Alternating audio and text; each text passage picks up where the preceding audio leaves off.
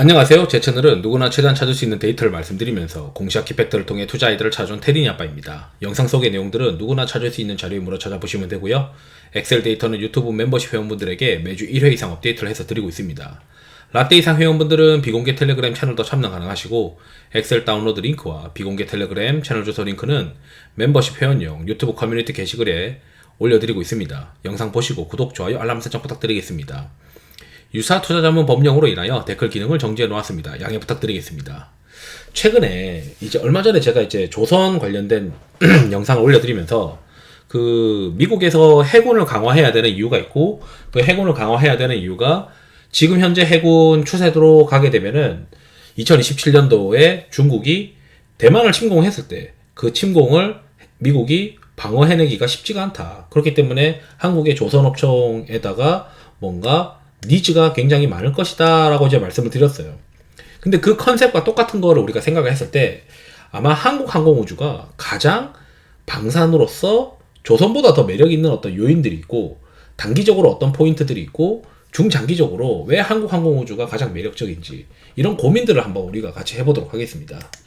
요거 이제 디스클레이머고요.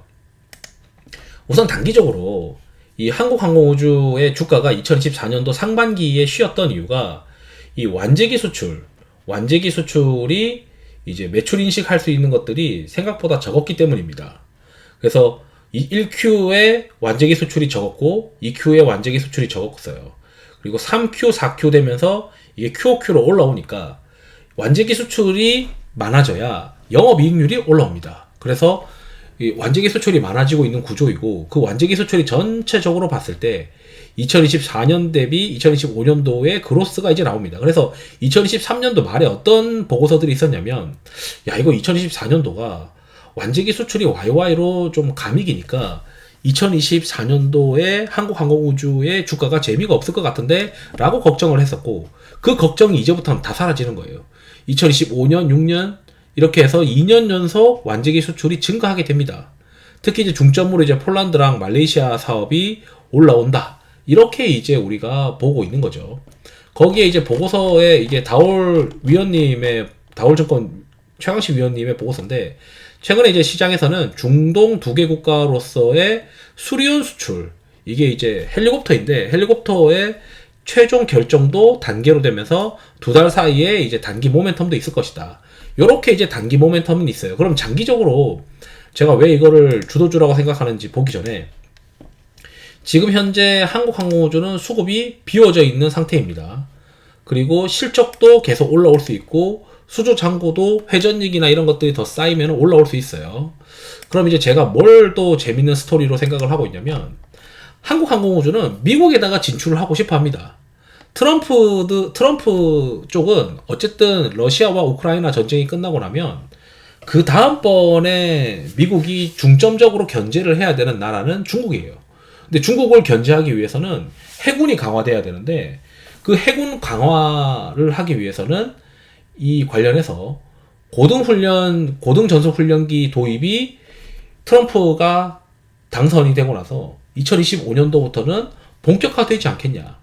그래서 거기에 이 항공우주가 현재 카이와 같이, 카이가 이제 로키드 마틴과 같이, 항공우주 로키드 마틴과 컨소시엄을 구성을 하고 있죠.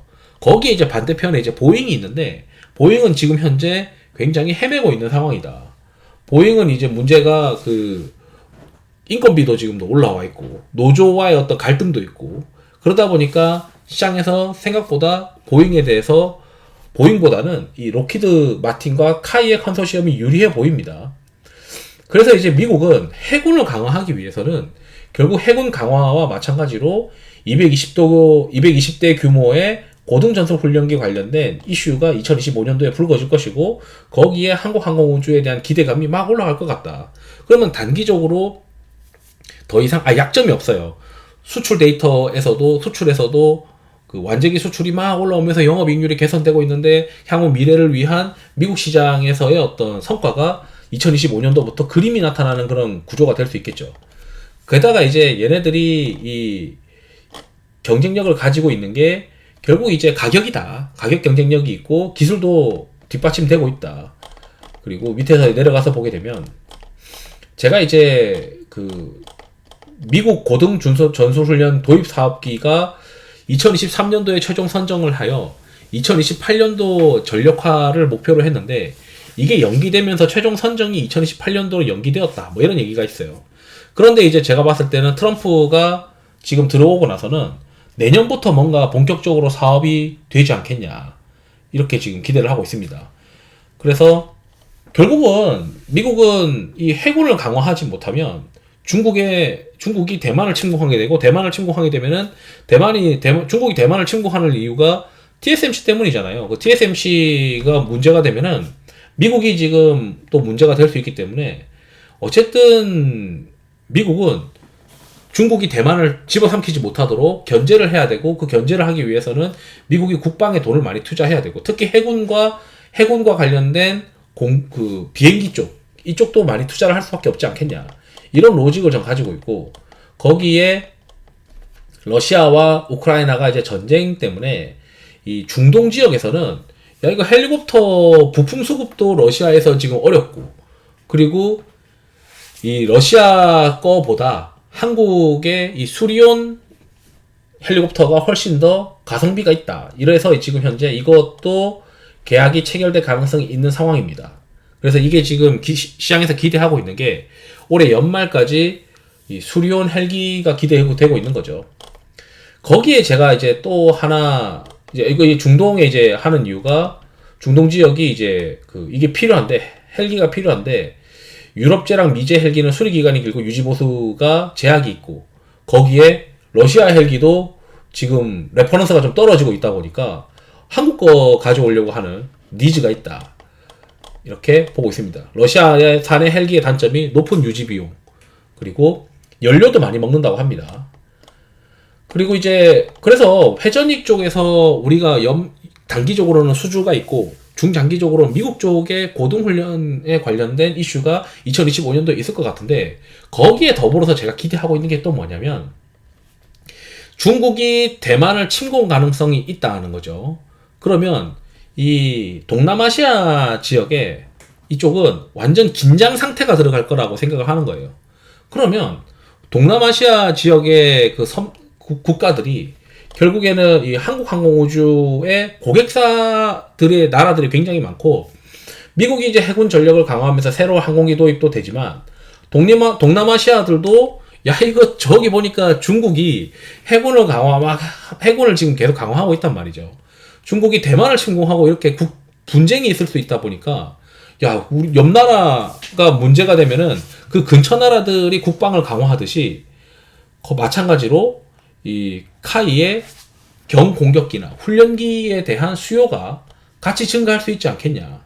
그러니까 이제 중국과 대만의 갈등이 지역 내 군비 증강이 될 수밖에 없고 그게 결국에는 한국항공우주의 최대 수혜가 될 수 있고 동남아시아 지역 같은 경우는 아시다시피 인도네시아나 필리핀, 태국, 말레이시아 등 동남아 국가들은 이미 수출한 이력이 있어요. 레퍼런스가 있기 때문에 당장 이제 저쪽에서 2년 이내에 문제가 발생할 것을 뻔히 보인다면 당연히 제가 봤을 때는 동남아시아 지역에서 이 카이 한국항공우주의 항공기에 대한 수요가 높아질 수밖에 없다.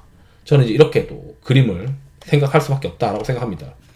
그래서 단기적으로는 지금 이제 중동 지역에서의 헬리콥터 수주가 이제 올라오면서 이제 수주 잔고가 더 4분기까지는 채워지는 그림이 될 거라고 생각을 하고 있고요.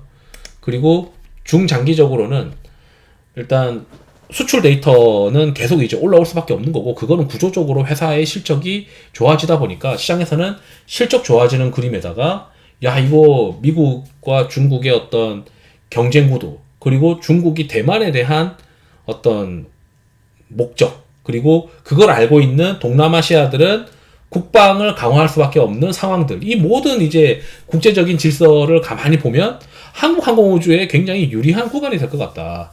이게 뭐 한국항공우주가 실적 모멘텀이 없는 구간에서는 이런 것들이 막 소설처럼 느껴질 수 있지만 그래도 한국항공우주가 실적이 나오고 있고 완전히 수출에 올라올 수 있는 이런 구조적인 상황에서 시장에서 만약에 이런 구조적인 수출 증가의 상황은 이미 정해져 있는 것이고 거기에 이런 이 동남아 지역에서의 중국과 미국 그리고 동남아 국가들 이런 이제 긴장 강도가 높아지는 거는 결국 이제 한국항공우주가 방산의 주도주로서 2024년도는 방산의 주도주가 현대로템이나 이제 하나 에어로스페이스나 그 다음에 LIG 넥스원이었다면 저는 이제 내년에는 한국항공우주가 방산의 주도주가 될 수도 있겠다 이런 생각을 하게 됩니다.